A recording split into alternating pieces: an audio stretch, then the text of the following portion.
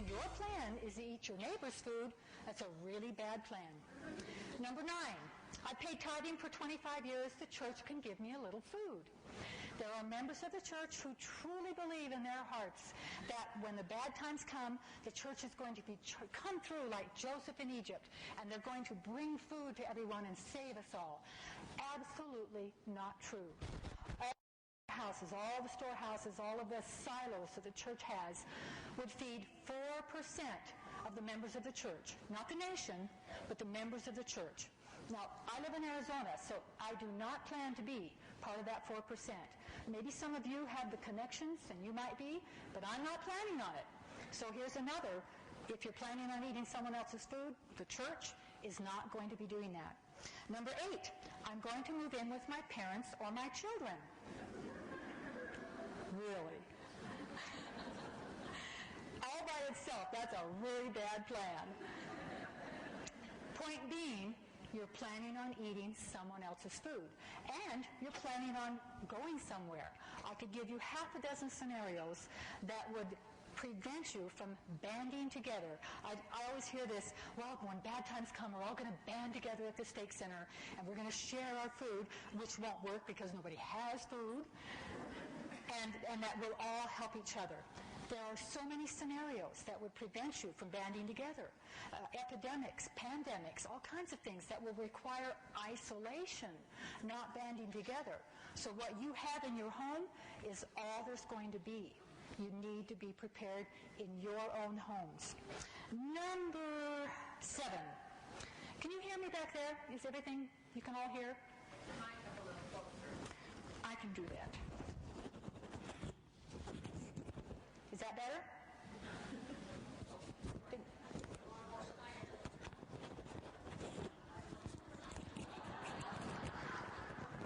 Is that better? But I'm talking. I can talk. Oh, I love this one. I have a year's supply and the bullets to go with it. That was my son-in-law's. He likes that one. Generally, it's the kind gentleman that will come up and say, I just don't get it. It doesn't make sense to me to go to all the effort and the money to get a year's supply and then have some guy with a gun come and threaten my family or even kill my family to get that food. And I respond back and I say, are you afraid of the guy with the gun, or are you more afraid of becoming the guy with the gun? Brothers and sisters, what would you do if you were watching your children starve to death? You would lie, you would cheat, you would steal, and I promise you, you will become the guy with the gun. Your spiritual salvation will depend on whether or not you have your food storage. This is not just a physical law, it's a spiritual law. I promise you, there's nothing you would not do to save your child's life. Don't let it happen.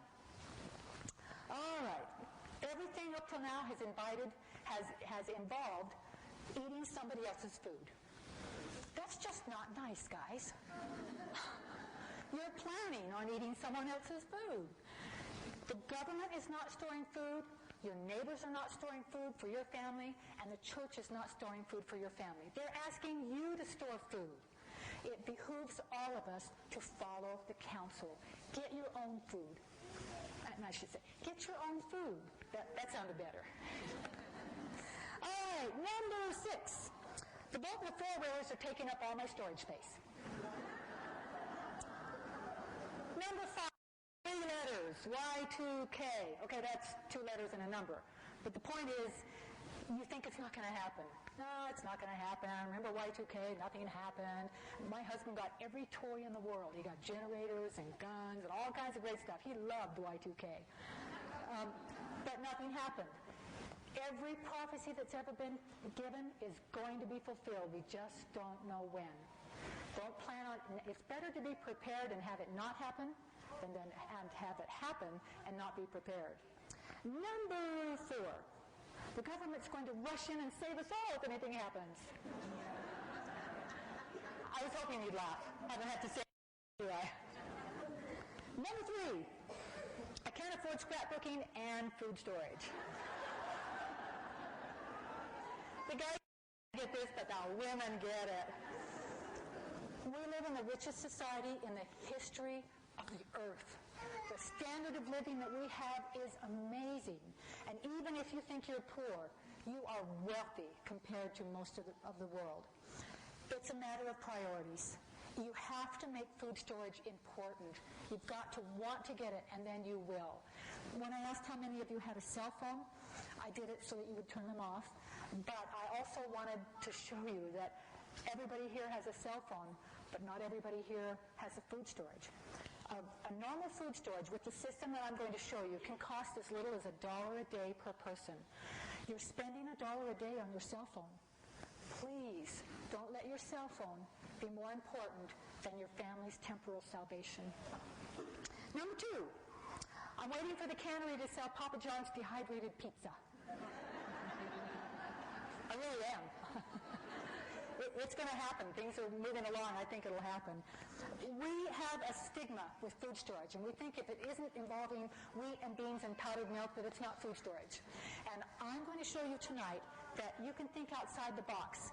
And the subtitle of the little booklet that you have is Putting the Foods You Love into Your Food Storage.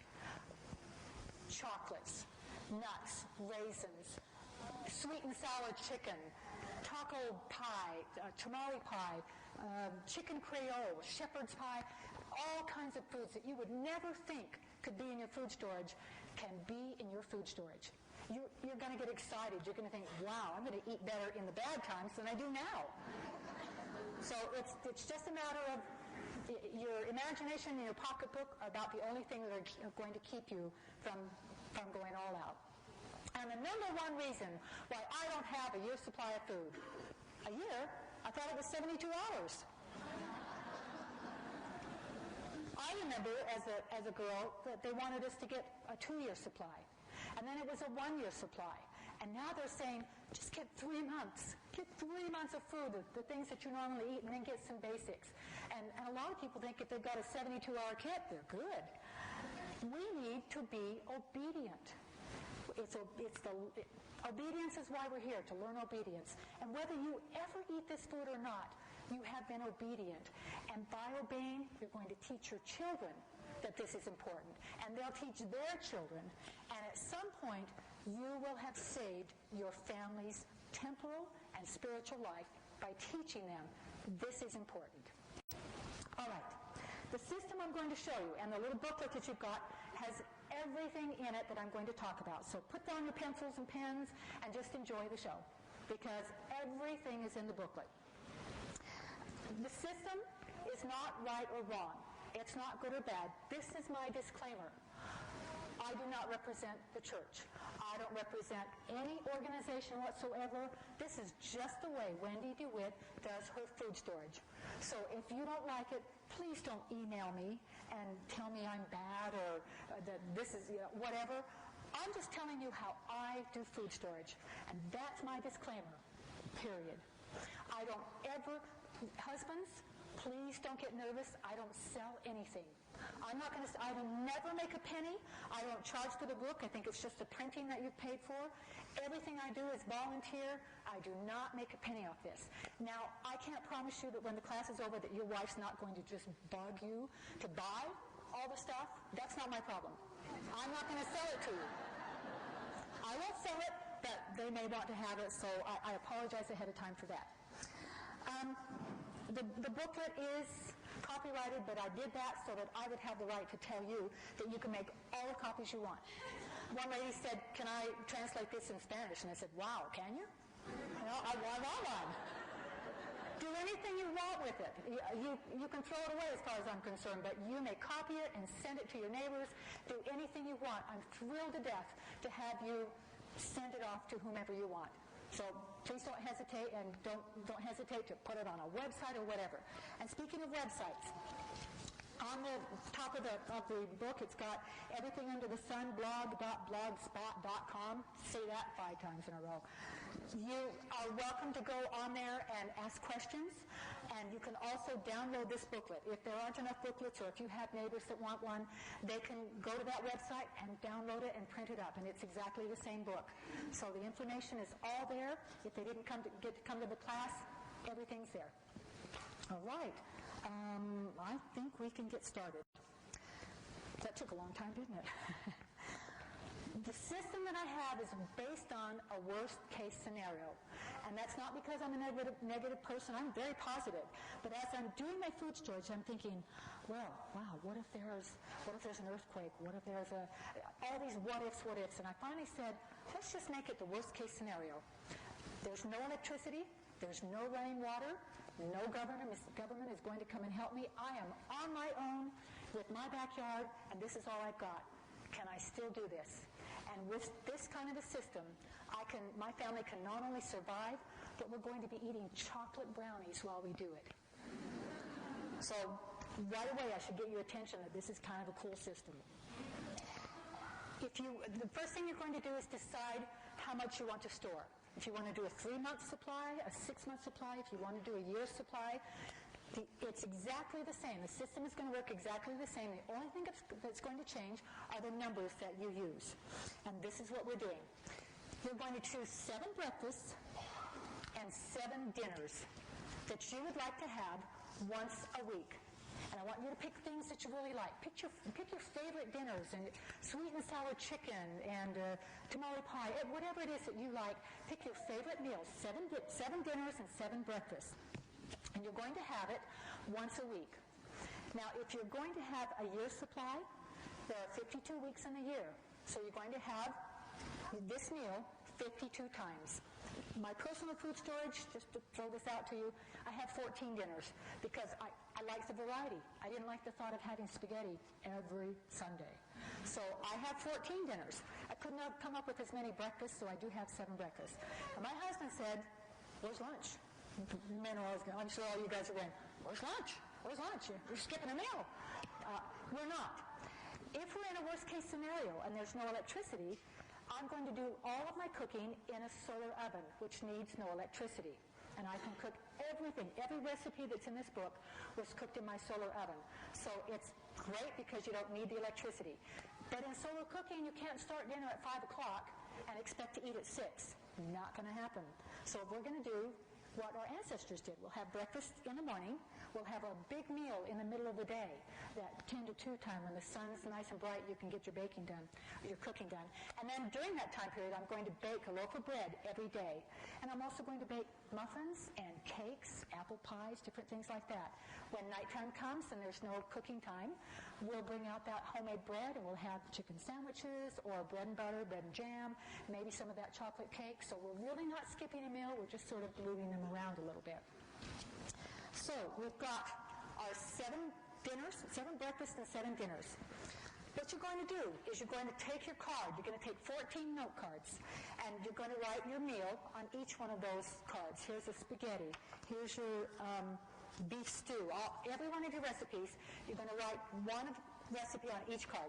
And you're going to put everything that it takes to make your family a spaghetti dinner. If it takes 1 jar of spaghetti sauce, 1 pint of sausage, 1 pound of spaghetti, 3 cups of water to cook the spaghetti and that dash of salt, everything to make your family a spaghetti dinner. If you've got 4 teenage boys, it's going to take more than 1 jar of spaghetti sauce. You know what your family eats. That's what you write on this left-hand side of the card. Then, if you're doing a year's supply, 52 weeks in a year, 52 times. You multiply everything by 52. Is that just so easy? If you're doing a 3-month supply, you're going to multiply everything by 13. And yes, there are 13 weeks in 3 months. Trust me. So you've got 52 pounds of spaghetti, 52 jars of sausage. You've got 10 gallons of water and 13 teaspoons of salt. This is everything it takes to make spaghetti dinner for my family once a week for a year.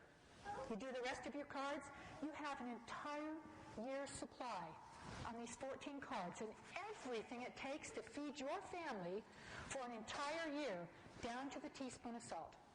I'm a detailed person, and this is as detailed as you can get. But it's nice because if you don't make it detailed, for instance, I was always buying cases of dehydrated apples. I like them. They taste good. It was a nice snack, but it was never enough. You know what I'm talking about. You're thinking, oh, do I have enough powdered milk? I've got 9 children, and I better buy more powdered milk. And I was always buying the dehydrated apples. But when I started the system, I realized what I really wanted was apple pie. And it takes 8 number 10 cans of dehydrated apples to have apple pie once a week. And I also know what it takes in flour and sugar and spices, everything it takes to make an apple pie. So I've gone from chewing dried apples to having homemade apple pie. This is cool. This is going to make your food storage real food. And it's everything that you want. And it's as much as you want. My husband really likes oatmeal, and he has to have it 3 times a week. Okay. And I store for him to have oatmeal 3 times a week. There's no way I'm eating oatmeal 3 times a week. So I have multi-meal and other things that you can do that. The individuality is great. If you have food allergies, this is fabulous because you now decide exactly what you're going to eat and the things that are good for your lifestyle. So the individuality is great in this system. So you've got your 3x5 cards, and you've written everything it takes to have that meal for a year. Now you're going to make a master shopping list. And it's probably going to be several pages, but my master shopping list looks like this. And what it is, it's an alphabetical listing of everything that's in my food storage, from almonds to yeast, every single food item. I'm transferring the information from my 14 cards onto this alphabetical list. Let's say rice is the item that I'm looking at. The first column is the food item, whether it's almonds or sugar, but we'll take rice for instance. The next column, there's 5 columns. The next column is going to be every meal that has rice in it. I have 36 cups for my sweet and sour chicken, and I have 36 cups of rice in my salmon and rice, for a total of 72 cups. The third column is that total. I have an equivalency page in your booklet, and that's going to tell you there are 12 cups of rice in a number 10 can. So I'm going to say, well, I've got 72 cups divided by 12. I need 6 cans of rice, 6 number 10 cans. In the next column, the fourth column, how much do you already have? It's likely you already have a lot of these things. So I've got 4 cans of rice. And in that column, I'm going to say where it is in my home, it's in the master bedroom, and when I purchased it, whatever the date was. And in the last column, it's what I still need to buy. If I need 6 cans and I have 4, I still need to buy 2 more cans of rice. So everything that you need to know about your food storage in this master shopping list. Every item, what meal it's in, how much you need, how much you have, how much you still need to buy. You'll take this with you whenever you go grocery shopping, and when you see something on sale, you're going to go, oh, look, I need 5 cans of that to finish my food storage. And you buy it, you mark it off, you date your food, and you put it in your food storage. So that's pretty much the system, the very simple choosing the 7 meals. Let me warn you, if you don't do this part of it, if you don't choose the meals and make the shopping list, you're going to just end up buying lots and lots of food because it's never enough. You know that, don't you? You just keep buying food because you think it's just not enough, it's not enough. And with this, I know exactly what it's going to take to have an entire year's supply down to the teaspoon of salt.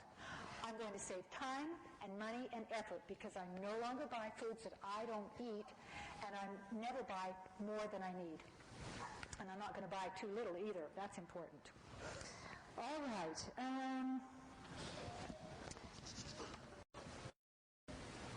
The equivalency page, I mentioned that. This is in your booklet. It's the next to the last page, page 16, I believe. And this is a really awesome page that's going to make it easy for you to go shopping. The booklet has lots and lots of recipes. And I put them in there not because I'm this great cook, trust me I'm not, but when I went to cook in my solar oven, I kept buying cookbooks looking for normal cooking things. You know, how do you make homemade bread in it? How do you do this? It was always kind of exotic things, and I ended up having to pretty much do my own recipes. I have put those recipes in the book so that you can see, number 1, the wide variety of things that you can put in your food storage, meals you'd never think of, and number 2, how to cook them in a solar oven, because it is just tweaked just a little bit. It's a little different cooking in a solar oven. So that's why I put the recipes in. The equivalency page is going to make it easy for you to take from your master list. When you have 800 teaspoons of salt on your master list, you're going to go to the equivalency page, and it's going to tell you there are 117 teaspoons in that little 26-ounce container of salt, the kind we all buy. And you're going to say, oh, I need 7 containers of salt. It sounds like this huge amount, but it brings it down to what you actually buy in the store. If you need 120 tablespoons of baking powder, you look on the equivalency list and it says there's 32 tablespoons in a pound. You need 4 pounds of baking powder.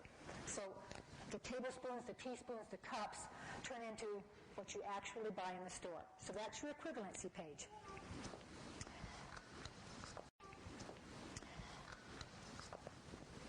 Now we have where do you store a year's supply of food. It sounds enormous, but it's surprising that the average year's supply will fit under a twin-size bed. The one person's year supply fits under a twin bed. Whatever is under your bed now will never be more important than your family's temporal salvation. Keep your food in your home. You don't want to take chances with your food. You don't want it to get too hot. In the desert where I live, you cannot keep it in the garage. You can't keep it in the attic. It'll ruin your food. If you live in a very moist area, a lot of moisture, you want to keep it away from that because that will ruin your food. I keep it under the bed, in the closets, in the house where the temperature is going to be good for your food. This is a really valuable investment. You don't want to just be throwing it in the garage or the attic. Take good care of your food. Rotation is always a problem. You think you've got 50 pounds of spaghetti someplace and you're tearing the place apart, and what you find is a can of powdered milk that's from 1972. I'm not exaggerating. I did exactly that. Surprisingly, the powdered milk was still good. The church has changed a lot of the shelf life numbers on foods. I don't know if you've noticed that in the past, but it was really exciting to see apple slices having a 30-year shelf life, especially considering all the apple slices I have. So that was good news for me. The rotation, this is how I do it. My shopping list, I buy everything I can. You buy your food storage in a timely manner. Now, if you're super wealthy and have a shopper that goes out for you, you can go do it in a week. Most of us don't. But do it in a timely manner. Try not to let it take 6 years. When you get all your food storage, you've got it listed in your book. You know where it is. You know when it was purchased. And rotation can be a once-a-year event. That's one of the best parts about this system. I hated rotation, and it was always there, and I'd think, I need to get at that. And you know how it is. It's really hard. How much food have you wasted? Because it's kind of overwhelming. This makes it very simple. Once a year, take out my notebook, and I go alphabetically down every single line, every item in my food storage once a year, and I'm looking for when that food is going to expire. If it's going to expire in the coming year, I will go and take it out from under my bed, so take it out from the food storage, and I'll put it in my kitchen pantry for daily use. I had a lady say, because I used to use the example, I've got 12 cans and they're going to expire, I'll put it in my pantry. And she says, my goodness, what are you going to do with 12 cans of oats? And I'm going, we like oats. You know, my husband really likes them. We have oatmeal, we have granola, we have oatmeal cookies. That's going to be awesome to have all those oats in my pantry because I don't store things that I don't love. I'm not putting things in my pantry that I'm not going to be really happy to have in there.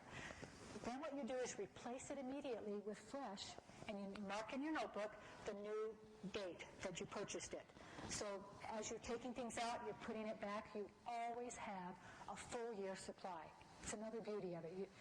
The day before the catastrophe comes and you're ready to go to the cannery to do all your stuff and it's too late. I always have a full year supply. At this time, I will also check all of my vacuum sealed foods, and we'll talk about vacuum sealing later. But I will go through and I'll visually check every one of my jars to make sure that it's still sealed. And if it's not sealed, it sounds like this. Okay? This, I feel like a throat pinch. It doesn't sound like that when it's sealed. I'll visually check every jar to make sure it's still sealed, and then I'll open one of each item. I'll open a jar of chocolate chips, I'll open a jar of nuts, I'll open a jar of candy, and I'll taste each one. That's my favorite part about this rotation. You know? Oh yeah, this is still good, this is still good. If it's coming up for expiration, I'll put it in my kitchen pantry and use it up and replace it with fresh. Here's another fun part of this system. You can always change what's in your food storage. Recently I found a chocolate brownie mix. I think it's called the Hershey Triple Fudge Brownie. Yeah, people are going, yeah. I took out all of my brownie mixes and put them in the pantry, and when the grandkids come over, we make brownies all the time, and I replaced it with the Hershey Triple Fudge Brownie. So you can change your food storage every year. You just kind of evaluate and say, let's kind of change this up. I'm not fond of that anymore. So that's the good part about it, too. Let's see. I think that's all we have on rotation. Long shelf life. I am all about long shelf life. I don't want to have to rotate very often. I don't want to be spending that money all the time. The shortest shelf life in my personal food storage is 3 years.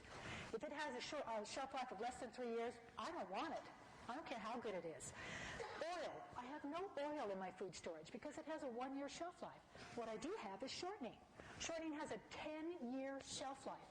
And I can melt shortening in my solar oven, and I can exchange that for oil in every one of my recipes. In my bread, I make a loaf of bread every day for my food storage. I don't store flour. That has a 5-year shelf life. I store wheat. That has a 30-year shelf life. Now, here's a little trick about wheat. If you don't have a wheat grinder, you can't make flour. You're laughing? The church has done a study, and 90% of the people who have a food storage don't have a wheat grinder. What are you going to do, chew it? You have to have a wheat grinder. So they've done a study. The church never endorses products. This is almost a first for them. They did a 2-year study on wheat grinders, and in your booklet it's going to tell you about wheat grinders, and it'll tell you where to go. It's called a blend tech. But this 2-year study, they came up with the very best, the most efficient, and the most cost-effective hand grinder and wheat grinder. If I were going to get only one, I'd get the hand grinder, because if we are in worst case scenario, what don't we have? Electricity. Your electric grinder will be worthless. So get your hand grinder first, and then you might want to get an electric grinder. If we have electricity, I'm going to be the happiest person in the world, because I've got an oven in my house and a microwave, all those good things. I'm not going to have to use the solar oven, but I'm prepared for worst case scenario. All right, we've got the next thing is this interesting looking. How many of you know what this is? A good portion of you. How many of you have ever canned meats? Yes, I love it. I love it, because now I'm going to have people going, yeah. You know what I'm saying? It's really good, isn't it? Yeah. And it's easy to do. Yeah. So it's the people that have never done it that are looking at you like, ooh. If you've ever canned fruits or vegetables, you know how much work that is, how much preparation it takes, and how much you hate it. You are going to love canning meats. This is an amazing experience. The first time people do it, when it's all done, they're just looking at all these jars of chicken and beef, and they're just smiling, going, oh my gosh, that was so easy. You can bottle beef, chicken, turkey, ham, fish. I've had moose. Seriously, Cassie's mother is my sister. In fact, I'd love to give her credit right now. She has been my inspiration in more than just food storage. She's the one that showed me most of the things that I do in my food storage class. I learned from my sister Phyllis Gunderson, and it's just amazing. I just love her and all of her experience and her inspiration. But that's where I had moose. What brought that up? What you do? Here's the process. You've got your jars, and you want to make sure they don't, all of this is in the book. I'm not going to spend a lot of time on this. I'm just going to give you the overall. You take a jar, you take raw meat. It sounds really gross, but if you want to, you can cook the meat. They have, in your instruction booklet, it'll say you can do the raw pack or you can cook it. I like the raw pack. I think the raw pack has a better texture because it hasn't been cooked twice. So I'll take the raw chicken. I like the boneless chicken, boneless skinless breast, and I'll put them in. 1 pint jar will hold 1 pound of meat. You put the raw meat in the jar. You put a little bit of salt in, 1/4 to 1/2 teaspoon of salt, and you boil your lids. Put the lid on. Put it in your canner. The instructions are there, how the pressure and the whole thing. But you've got bottle, meat. Bottle goes in the can. You cook it. You take it out. Wipe it off, take the ring off, and you put it in your food storage. It is so easy. I wanted to do a test one day, and I bottled 150 pounds of chicken in 12 hours. That was half my entire food storage in one day. Now, I had 3 canners going. I confess, it was crazy, and I didn't answer the phone, and my husband came home, and he's going, what is this? But it was so awesome to think, I canned 150 pounds of chicken in 12 hours. You could easily do 50 pounds of chicken in a day, or any other kind of meat. The process is very simple. In the book, it's going to give you details on how to do this little booklet. And if you wanted the canners, look in the canners, it's going to give you more details. But basically, I like to buy, you can buy a new one. This one's going to cost about $200. You can buy a used one. I have bought 5 used canners on the internet, on eBay. I have a canner that's over 75 years old, and it still works. So this is a great investment. You can hand it down to your grandchildren. They won't know what to do with it, but you can hand it down. This is a 100-year-old process. People have been doing this for 100 years, and you have to be careful. You have to be safe. There are safety precautions, but this is a fabulous way for you to have real meat in your food storage. This is how I can have in my food storage shepherd's pie and taco soup and sweet and sour chicken, chicken creole, Alfredo chicken, just innumerable meals. And it's because I can bottle the meat. And I know it doesn't look great. I know one lady said, she looked at it, she said, it looks like a science experiment. And, when I went, take her book away. The biggest problem you're going to have with your meat is keeping it in your food storage. You're going to want to use this. You open this up, it's fully cooked and ready to eat. It's juicy and tender, absolutely delicious. You can't buy canned meat that tastes as good as your bottled meat because it's just so good. Open this up, you have instant chicken enchiladas, instant chicken salad sandwiches. You open the beef and you pour some barbecue sauce on it, instant barbecue beef sandwiches. Just an innumerable amount of meals that, just like that, you can have dinner in 15 minutes. So your biggest problem is keeping it in your food storage. I'm sorry. Oh, okay. Thank you. We're talking about used canners. If you buy it new, great. If you buy a used canner, here's the precaution. You have to be sure and have your pressure gauge tested. That's very, very important because the pressure that you cook your meat at keeps it safe. Where I live in the desert, it's 10 pounds of pressure. What is it here? 13? 1.5. She says 1.5. I'm going to believe her. 15 pounds of pressure. It depends on your altitude, but it needs to be a correct pressure. So if you're going to buy a used one, either have it checked at your local extension center or buy a new one. That's even better because they're only about $20, and that way you know that it's going to be safe. You have to be safe in this. Do everything according to the directions, and you should be all right. The shelf life on meat, 2 to 3 years.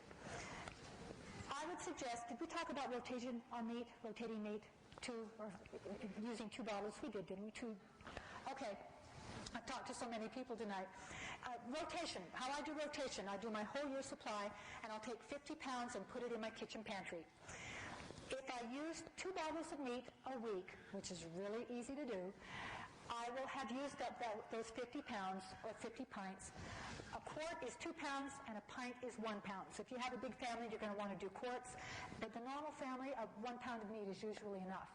But if you use 50 pints in about 6 months, those 50 pints will be gone, and you'll can another 50 pints, put it in your food storage, and take out another 50 pounds, put it in your food storage, and in 3 years, you will have rotated your entire stock.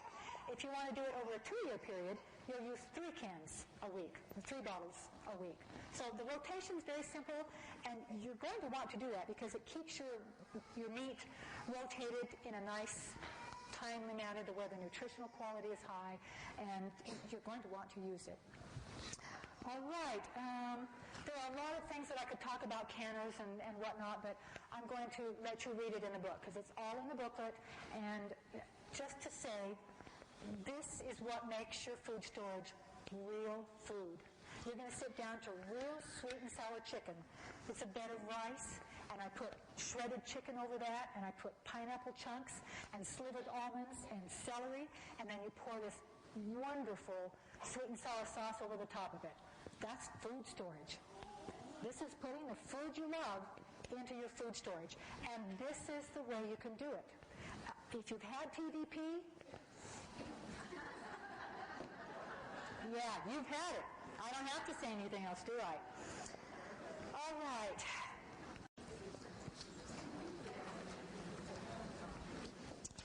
Who said they had their food storage? Have you thought about how you're going to cook it? You think, well, I'll build a fire, and where I live, thinking about building a fire in the middle of the summer just kill me. It's already 120 degrees out, and standing over a fire is just not going to happen. If you have not thought about how you're going to cook your food, this is what you're going to want to think about. Yesterday they asked me, well, what if you live in Portland or Oregon or London? And I said, well, you're going to have to store a lot of firewood. This is not going to work if you don't have sunshine. But if you've got sunshine, you can cook. This is called a solar oven. I'm going to put it up higher.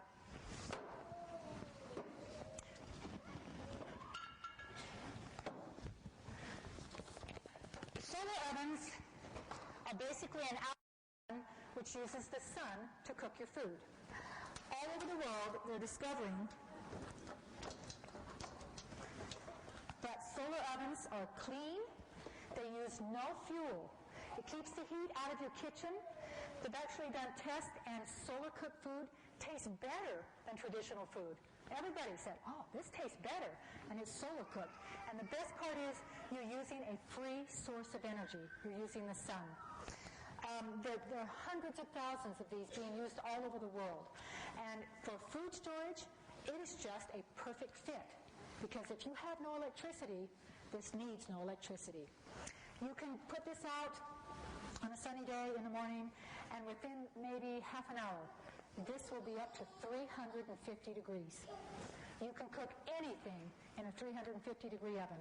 You can bake bread, and it browns the bread beautifully. Cinnamon rolls, chocolate chip cookies. These are all things in my food storage. I can make rice. I can cook pasta. I can make a white sauce, an Alfredo sauce, tapioca pudding. The only thing I can't do in this solar oven is fry foods. I can't get the oil hot enough to fry foods, so I had to give up fried foods, which is probably better for us anyway. This particular model, there are all kinds of solar ovens, and I'm not going to go into that now, but you can get a simple box cooker. You can even make a solar cooker. I did that, and I know people who have done that, and the only thing we could do with it was warm hot dogs. And since I can't store hot dogs, I decided to get one that really would get those temperatures so I can cook all of those foods. It has a little rocker arm inside. There's an arm back here so that in the early morning you can tilt it towards the sun. The whole idea, and I had a gentleman take my class, and he called it out 2 days later, and he said, I bought a solar oven and it doesn't work. I said, well, not a lot of moving parts. Why don't you bring it over and let's look at it? So we went out in the backyard, and I said, set it up for me. And he went like that, and he put it in the backyard, and he stood back, and he said, see, it doesn't work. Well, it's simple, but it's not that simple. You really do have to tilt it towards the sun. Early morning, you're going to get the low horizon. You're going to tilt it towards the sun. There's a little leg back here that keeps it in this position. And as the day goes on, you need to move the oven and keep with the sun. Your reflector panels here will capture that sun and shoot it into the oven, but you have to have it at the right angle. If you go out there every 45 minutes to an hour, that should be good enough to say what you're trying to do is keep it towards the sun as it goes across the sky. If the temperatures go too low, your food's not going to be safe. There's some safety rules. You've got germs can't grow at 120 degrees. You can pasteurize water at 150. You can cook food at 180. This easy gets to 180. And you can boil water at 212. But if you have certain foods in your oven and you've left it out there for 3 or 4 hours and the sun has moved and you haven't moved your oven with it, that food can get dangerous. It can grow bacteria and you could get food poisoning. So there is some effort involved in it. You don't just set it in the backyard and wait for it to cook. You have to what you're trying to do is when you lean your oven out, you want to get little or no shadows inside the solar oven. That's the secret. And this gentleman just thought he could stand it out there. So that's the secret. It's in your book. It'll tell you what kind of cookware to get. Libby can talk about that. If you've got a cloudy day, now it can't be completely cloudy. You have to have some sun. If you were in Alaska, you could still cook in Alaska. Even though it's cold, if the sun is shining, you can still cook. In fact, if it's the summertime, you can cook day and night. So it does. In fact, one of the sisters here said that she went skiing and they put some solar ovens out, and was it 18 degrees out? And they came back from their ski trip about 3 hours later, and their dinner was all cooked out in their solar ovens. So it's the sun that cooks it, not the coolness. If it's cold outside, it's not going to make a difference. It might take a little longer for the oven to heat up, but it will still work. If you've got an intermittent cloudy day, the sun comes out, it goes back, it comes out. Your Dutch oven, the heavy metal cookware, it's going to take a little longer to heat, but it's going to hold that heat. So the sun comes out, it heats it up, goes behind the cloud. This will hold on to the heat and keep your food safe. So on those cloudy days, use the heavy metal. On the other days, your thin, dark, shallow pans with a tight-fitting lid, that's going to be the best thing. It'll cook quickly, and the circulation, it's all in the book. Cookware. Buy your oven first, and then buy your cookware to fit your oven. And there are so many kinds of ovens out there, every style you can imagine. This is the kind I like. It has one of the bigger oven areas, but there are lots of them out there. If you have a big family, you might have to have two, because it's difficult to cook large amounts of food in a solar oven. You can sometimes put them in two separate pots, and that will help it to cook faster, or you can cut up the food into small pieces, and that will help cook it faster. But this really is, especially in the Southwest where we live, this is a really wonderful thing to have in your food storage. It's going to cost about $200, but if you buy them in bulk, if everybody goes together and makes a big order, you can get them for less than the $200. This is a great thing to have in your food storage for that worst case scenario. Okay, we've got, where's my last card?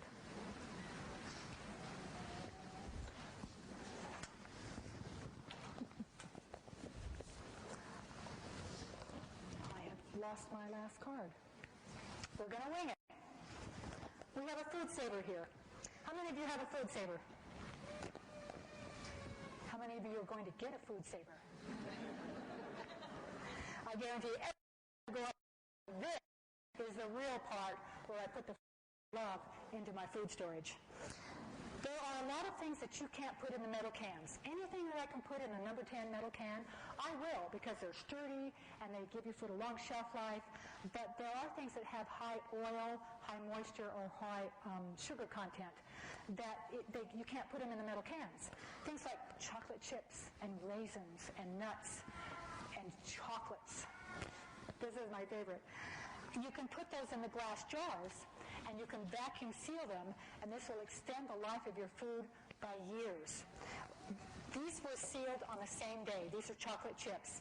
This one came undone, and I didn't know. I didn't check them. And about a year and a half into this little jar's lifetime, the chocolate chips started to go white.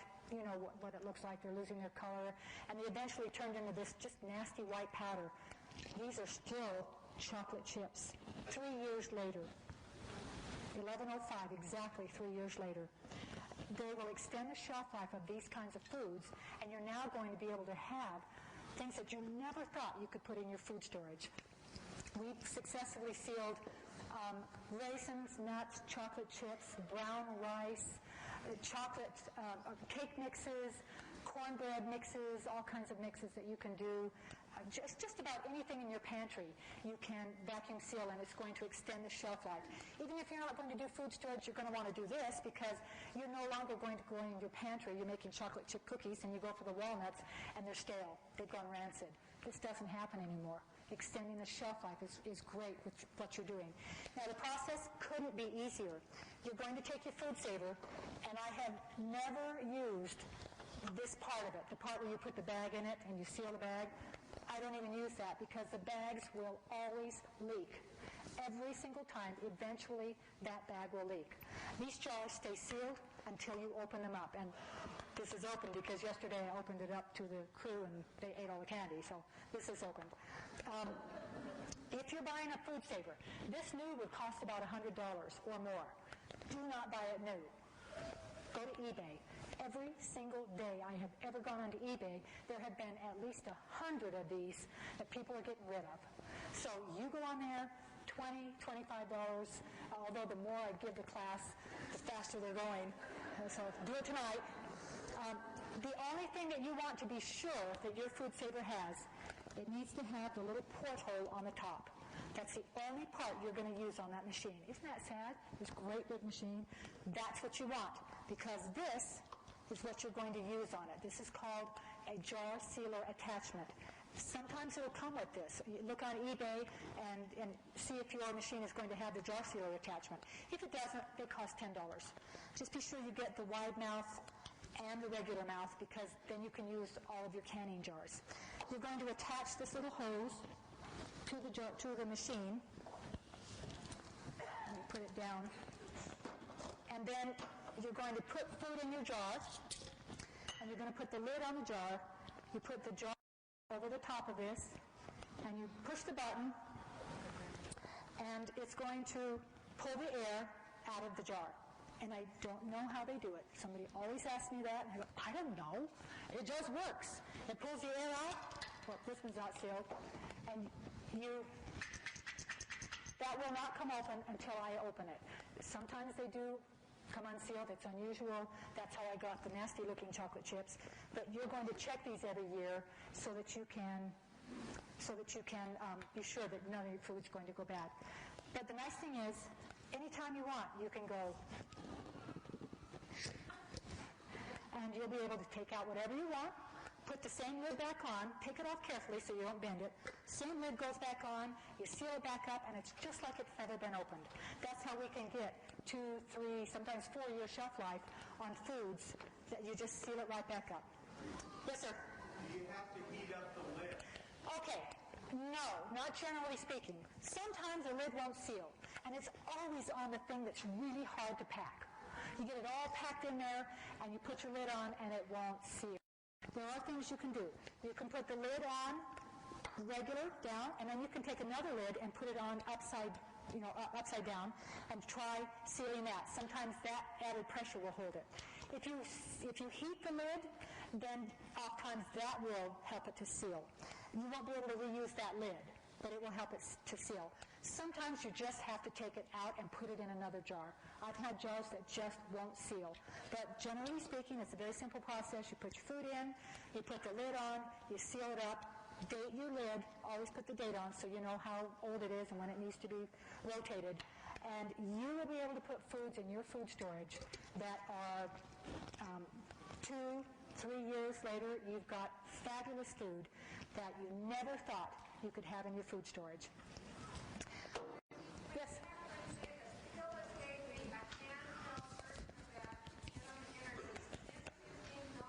You can't get them anymore. I've checked for the last week. This is awesome handheld version, and you guys are all going to... That's why I don't even say it, because you can't get them. They stopped making them, so just going to make everybody sad. Way to go, kids. Kissy, right? Yeah, everybody's sad. There are other things. Technology has given us the most awesome things for our food storage. Those of you who really, really hate powdered milk. Me. I look at all these hands. I just hate powdered milk. This is so cool. It's shelf-stable milk. You can get whole milk, 2%. My favorite is this low-fat vanilla soy milk. It's so yummy. And it will sit on your shelf for at least a year. And it depends, if you want to rotate it every year, that's fine. But this is great. Now, it does need, once you open it, it needs refrigeration. And somebody said to me, well, if you don't have any refrigeration, you open up the milk, what are you going to do with the rest of it? I'm going to make chocolate chip cookies, and I'm just going to have a huge party. Just eat the cookies and drink the milk, and how bad can that be? Somebody said, if you If you have no refrigeration and you live in Arizona, because I do a lot of Arizona classes, and they say, when the refrigeration goes out, there's no cooling. What about all those chocolates? And I said, come on, you eat the chocolate first. It's easy. Here's another product that is just really great. It's cheese in a can. And as far as I've been told, I don't know what the shelf life is. They have to give it a shelf life. But, pardon me? 25 years? See, they told me 5 years, but, somebody else said indefinitely. They send a lot of these to the third world countries that don't have refrigeration. It just sits on their shelf. And this is a pretty good cheese. It's supposed to be a cheddar cheese, but it's almost like a little Velveeta cheddar mix. But it is a hard cheese. It will shred. You can slice it. You can melt it. And if you really want to have cheese in your food storage, this is a great way to do it. This is butter. It's canned butter. And, in the book, it's going to tell you where to buy it. And it's not especially cheap, but if you're baby boomers like I am, we're old enough to say, I can have whatever I want. I'm having butter in my food storage. And this has a very long shelf life, too. Do you know what butter... Pardon me? I am so sorry. Look how easy this is. Here's a handle. Grab it by the handle and run for it. Yes, ma'am. No. I don't have trouble. There are kinds of ways to do all kinds of things. I'm only telling you things that I know are safe because that's what I need to do. I know this is safe. It's canned and it's done commercially. I know how to make butter myself, but I'm buying the butter in the can because I know it's going to last, and I'm not taking a chance that it's going to go rancid, and I'm just going to stay safe with these. But the technology is there for us to have so many wonderful things in our food storage. It's a great time. I think I've covered everything that I need to, and this is great. Without asking questions, I'm able to cut like a half hour off this class. So, I'll some questions.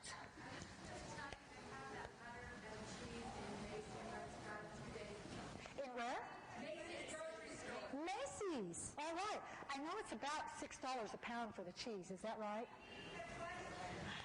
That Macy's is apparently carrying the canned butter and the canned cheese. And I know where I got it. It was internetgrocer.com, and that's in your little booklet. It was about $6 a pound for one of these. I'm not sure which, but this isn't something you're going to buy if you have 12 children. You really are going to have things that are reasonable. The point here with this class is there are so many things that you can have in your food storage. It's a very simple process. It's not the elephant anymore. We're not looking at one bite at a time. We're looking at 14 carbs, and you simply do the math, and you buy exactly what you need, and you choose what you want in your food storage. We're not looking at wheat and beans and powdered milk anymore.